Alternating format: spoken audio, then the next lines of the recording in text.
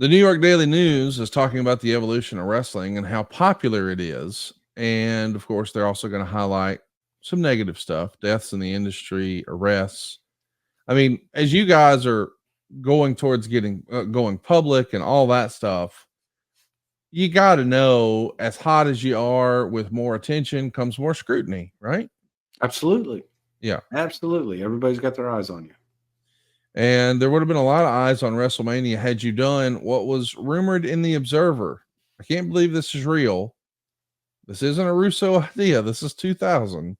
It's suggested in the Observer that there was at least a discussion about an exploding ring match between Kane and X-Pac.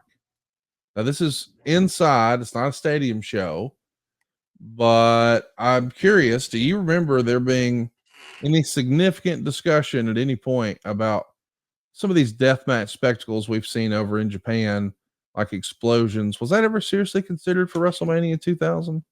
No, it was never seriously considered. I think it was looked at as far as, okay, is there anything to this? And I think that once everybody saw it, it's like, you can't do that. Right.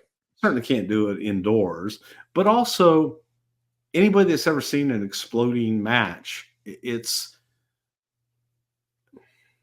they're terrible. They're absolutely, the payoff is a big explosion. You know, we blow off more pyro for entrances than what was in an exploding death match, and a whole bunch of dust and just people can't see. Right. And then you have an anticlimactic finish. So, you know, when you look at it and try and analyze, sounds cool. Oh my God, exploding death match. Holy cow, the chaos, oh my, they're farts in church. I just, you know, once you build up in your mind what this is going to be and it doesn't produce, it's a bunch of concussions with a bunch of smoke, and then somebody lays on top of somebody. So the referee wears this whole outfit that is Yes. the fireproof outfit, but the two guys working wear nothing. So the explosion happens. There's no damage to the guys that were wearing nothing. But the guy that's wearing the whole explosive thing is like passed out on the mat. It's ridiculous. Again, when you watch it, I think that there's that desire, you know, our human desire to want to see it for the first time, and then you see it and you go, oh, that wasn't that great. So I've seen them on tape, seen them in person, and in person, frankly, was even, you know, was a bigger letdown than watching it on tape. It is disappointing. I'll give you that. And so I think that, you know, looking at something to do, because for Kane, that's logical. Right. You know, like an Inferno match, an explosion match. You know, what's the next evolution of that? Right. But then after watching it and trying to figure out, okay, could we do something similar to this? The feedback was unanimous that, all right, once you get to the explosion, then what? It doesn't pay off other than big boom. And again, as I say, the pyro and everything we do for entrances and things of that nature is more than the pyro would have been for this. So yeah, sure, we could have done a huge explosion, but then nobody's affected by it. Right. And the people that are sitting at ringside doesn't affect them at all. It's all on the outside of the ring. It's closer to the fans than it is the guys in the ring. So it was, yes, it was discussed, whether we discussed it several times.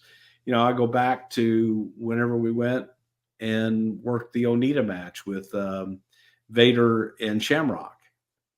And that was the first time I saw it in person. And oh my God, it was built up to me.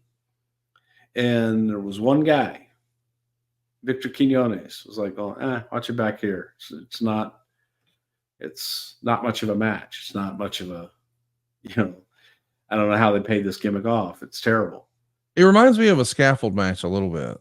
because you have in your mind what the scaffold match is going to be. Right. And in execution, you're like, that's kind of lame. Like I don't In execution, you got two guys on the scaffold, scared to death to be out there. They don't look so badass when they're so scared to fall. Right. You know what I mean? Like it's just, it ruins the illusion a little bit. Yes. Takes you Now, out. keep in mind, I would never want to get on a scaffold anyway, shape, or form, or have to fall from it. From even hanging from underneath, I wouldn't want to fall from a None of the scaffold. wrestlers do either, by the way. Nobody wants that. Nobody's made their name in a scaffold match. Yeah.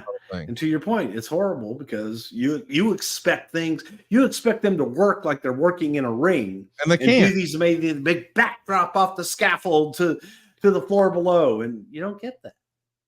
Thankfully, you don't get that. Yes, thankfully you don't get that. It's true.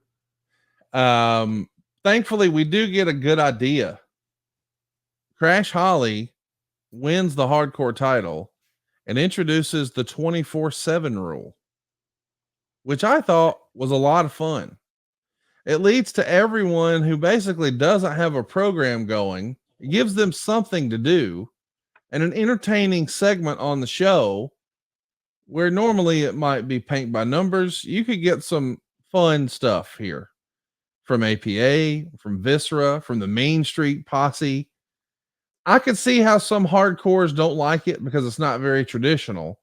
But I'm sure if you're a writer and you're trying to format and put together a show and keep guys busy and keep the show going and keep people from changing the channel, this had to be a great crutch, if nothing else, right? Loved it. You know, the stuff with Crash was so just lent himself to this, to escape, you know, and get out, you know, and it gave everybody something to do in the show. We did them in hotels. We did it at a kids inside amusement park that had the tubes and everything and the foam deals. It was so much fun because the guys that were doing it embraced it and looked at it as, here's my time to do something crazy beyond the show. I'm going to make the absolute most of it. And they were just an absolute blast to go out and shoot. And then you got Briscoe and Patterson involved, and that was a lot of fun. It was just a fun gimmick. And that was something, when you talk about being a variety show for the whole family, this was something for the whole family that I think everybody enjoyed and could kind of chuckle at and go, oh, hey, what if they did this? And there was no scenario off limits. It was, hey, you go through your normal day. We did one. He was in Albany at the airport, you know, waiting on their bags, and on the baggage carousel where Crash was able to escape through the baggage carousel. They told us we couldn't do it, and told me where I could do it. And just, I'll be damned if somehow somebody didn't end up on that carousel and go through the thing and then jump out through the other side. And then we immediately exited the premises. Yeah, oh, I'm sorry, man. I didn't know they were going to do that. He fell. Didn't know that was going to happen. And we moved on.